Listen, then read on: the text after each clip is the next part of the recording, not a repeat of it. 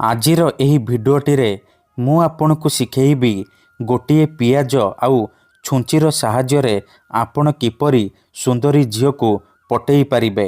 विवाहिता महिला को पटेई पारिबे। सीए आपणक पाखक आसीबा पई बाध्य हेबो।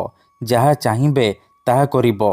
एही वशीकरण को करिबा पई आपणकु कोनोसी प्रकार मंत्र तंत्र करिबाकू पड़िबनी किंबा किछि भी पैसा खर्च करिबाकू पड़िबनी। केवल गोटिए पियाज आनिबे आउ छुंची आनिबे। तापरे मु आपनकु किछि प्रयोग विधि शिखेइबी। आपण सेही प्रयोग विधि को करिदेबे। ग्यारंटी देउची जेउ झियो आपनकु भाव देउनथिला से झियो पागेली परी आपनकु भल पाइबाकू लागिबो। जेउ विवाहिता महिला को आपण दिन राति भाबुचंती सीए निजे फोन करिकी रूम को डाकिबो। जहा चाहिबे ताहा करिबो। नमस्कार फ्रेंड्स, ओडिया फंडा चैनल को आपण मानकु स्वागत। आपण समस्ते केउ ना केउ सुंदरी झियो बा पड़िशा घर सुंदरी भाउज को देखी ताड़ को आकर्षित हेउथिबे, ताको पटेइबाकू चाहुथिबे, किंतु जेते चेष्टा कले मध्य ताको पटेई पारुनांती। ताको निजर मन कथा कहिबाकू डरुचंती। आउ आपण चाहुचंती कि से निजे आसी आपणकू भल पाउची बोली कहू। तेबे आजिर एही भिडियोटी आपणकर इच्छा को पूरण करिबो। कारण आजिर एही भिडियोटी रे मु आपणक पई आमर तंत्र शास्त्ररू एमिति एक महाशक्तिशाली वशीकरण नहीं आसीची, जार प्रयोग रे आपण केउ भी कुआरी झियो बा विवाहिता महिला को अति सहजरे पटेई पारिबे, निज बसरे करि पारिबे। केवल आपणकू गोटिए पियाज आउ छुंचीर आवश्यक। आज्ञा हाँ, गोटिए पियाज आउ छुंचीर साहाय्य आपण काहाकू भी पटेई पारिबे, निजर गुलाम करि पारिबे। सीए आपणकर सबु कथा मानिबो। जहा चाहिबे ताहा करिबो। आपणक पाखकू आसीबा पई बाध्य हेबो। एही वशीकरण एते शक्तिशाली कि यार प्रयोग केबे भी खाली जाएनी। जी भी एही वशीकरण करिची 100% सफल होईची। वर्ष वर्ष धरी भांगी जाइतिबा पुराणा प्रेम को फेराई आनी पारिची। सासू नणंद दियर भाउज काहाकू भी निज बसरे करी ताठारू निजर मन मुताबक काम हासिल करि पारिची। तेणु आपण भी मो कथा मानी गोटिए पियाज आउ गोटिए छुंची आनी आजिर एही वशीकरण करंतु। तापर देखिबे किपरि जेमिति आपण एपटे एही काम करिबे, सेपटे से झियो हेउ बा विवाहिता महिला छटपट ही उठिबो। जेपर्यंत आपणक पाखकू आसीनी, आपणक सहित संपर्क रखिनी, सीए गोटे मुहूर्त भी रही पारिबनी। तेबे एही वशीकरण करिबा सबुठारु सहज।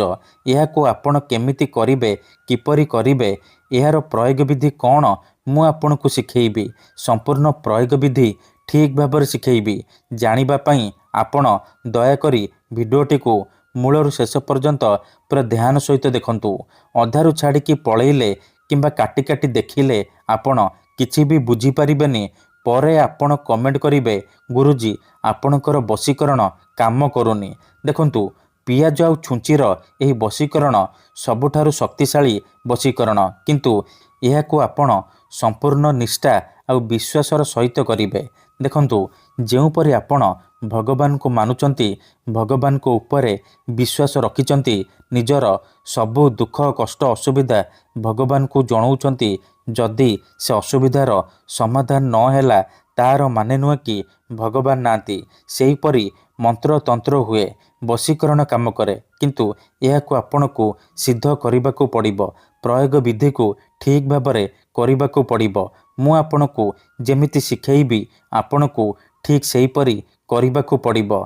तेबे जाई मु आपणकू ग्यारंटी देउची आपण जेउ झियो बा महिला उपरे पियाजर एही वशीकरण करिदेबे, सीए आपणकर गुलामी करिबो। आपणकर सबु कथा मानिबो। आपण ताकू जहा कहिबे सीए करिबो। एही वशीकरण विधि जानिबा पूर्वरु जदि आपण आम चैनल को प्रथम थर आसीचंती, तेबे दयाकरी चैनल को सब्सक्राइब करी पाखरे थिबा बेल आइकन को मध्य दबाई दियंतु। जहा द्वारा आमे जेउ भी वीडियो अपलोड करिबु सर्वप्रथमे आपण देखि परिबे। तेबे चलंतु जानिबा एही वशीकरण आपण किपरि करिबे। ମନେ ରଖନ୍ତୁ ଏହି ବଶୀକରଣ ବିଧିକୁ ଆପଣ ଶୁକ୍ରବାର ଦିନ କରିବେ। ରାତିରେ ଶୋଇବା ପୂର୍ବରୁ କରିବେ। ବିଧିଟି କରିବା ପୂର୍ବରୁ ହାତ ଗୋଡ଼ ଧୋଇକି ସଫା ବସ୍ତ୍ର ପିନ୍ଧିକି ଆପଣ ନିଜ ବିଛଣା ଉପରେ ବସିକି ଏହି ବଶୀକରଣକୁ କରିବେ। ଠିକ୍ ଅଛି। ପ୍ରଥମେ ଆପଣ କ'ଣ କରିବେ? ମନେ ରଖନ୍ତୁ ଏହି ବଶୀକରଣ ହେଉଛି ମୁସଲିମ ବଶୀକରଣ। ଏହାର କୌଣସି ପ୍ରକାର କାଟ ନାହିଁ। ତେଣୁ ଏହାକୁ ଆପଣ ଭାବିଚିନ୍ତିକି କରିବେ। ତେବେ ଚାଲନ୍ତୁ ଜାଣିବା ଏହି ବଶୀକରଣ ଆପଣ କିପରି କରିବେ।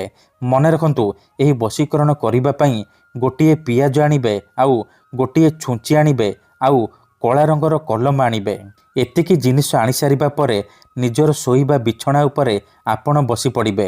ଧ୍ୟାନ ରଖିବେ ଯେମିତି ଆପଣଙ୍କୁ କେହି ଦେଖିବେନି କିମ୍ବା ଡାକିବେନି। ତାପରେ ପିଆଜ ଉପରେ ସେଇ ଝିଅ ବା ମହିଳାର ନାମ ଲେଖିବେ ଯାହାକୁ ଆପଣ ପଟେଇବାକୁ ଚାହୁଁଛନ୍ତି, ଆଉ ତା ପାଖରେ ନିଜର ନାମ ଲେଖିବେ। ନାମ ଲେଖିସାରିବା ପରେ ପିଆଜକୁ ବାମ ହାତରେ ଧରିବେ, ଛୁଞ୍ଚିକୁ ଡାହାଣ ହାତରେ ଧରିବେ। ତାପରେ ଆଖି ବନ୍ଦ କରିକି ସେଇ ଝିଅ ବା ମହିଳାକୁ ମନେ ମନେ ଭାବିବେ, ତାକୁ ମନରେ ଭାବିବେ। ତାପରେ ଏହି ଶବ୍ଦକୁ 21 ଥର କହିବେ, ୟା ମଜିଦୁ, ୟା ମଜିଦୁ, ୟା ମଜିଦୁ। ଏହିପରି ଆପଣ 21 ଥର କହିବେ। ତାପରେ 7 ଥର ସେ ଝିଅର ନାମ କହିବେ, ଆଉ 7 ଥର ନିଜର ନାମ କହିବେ। ନାମ କହିସାରିବା ପରେ ଛୁଞ୍ଚିକୁ 7 ଥର ପିଆଜରେ ଫୋଡ଼ିଦେବେ। 7 ଥର ବେଳକୁ ଆପଣ କ'ଣ କରିବେ? ପିଆଜରେ ଛୁଞ୍ଚିକୁ ଫୋଡ଼ିକି ରଖିଦେବେ। ଏତିକି କରିଦିଅନ୍ତୁ। ଗ୍ୟାରେଣ୍ଟି ଦେଉଛି ଏହି ବଶୀକରଣ କରିବା ମାତ୍ରେ ସେ ଝିଅ ହେଉ ବା ବିବାହିତା ମହିଳା ଆପଣଙ୍କ ଆଡ଼କୁ ଆକର୍ଷିତ ହେବାକୁ ଲାଗିବ। ମନେ ରଖନ୍ତୁ ସକାଳୁ ଉଠିବା ମାତ୍ରେ ସେ ପିଆଜ ଆଉ ଛୁଞ୍ଚିକୁ ସେହିପରି ନେଇକି କୌଣସି ଏକ ଜାଗାରେ ମାଟି ଖୋଳିକି ପୋତିଦେବେ। ଧନ୍ୟବାଦ।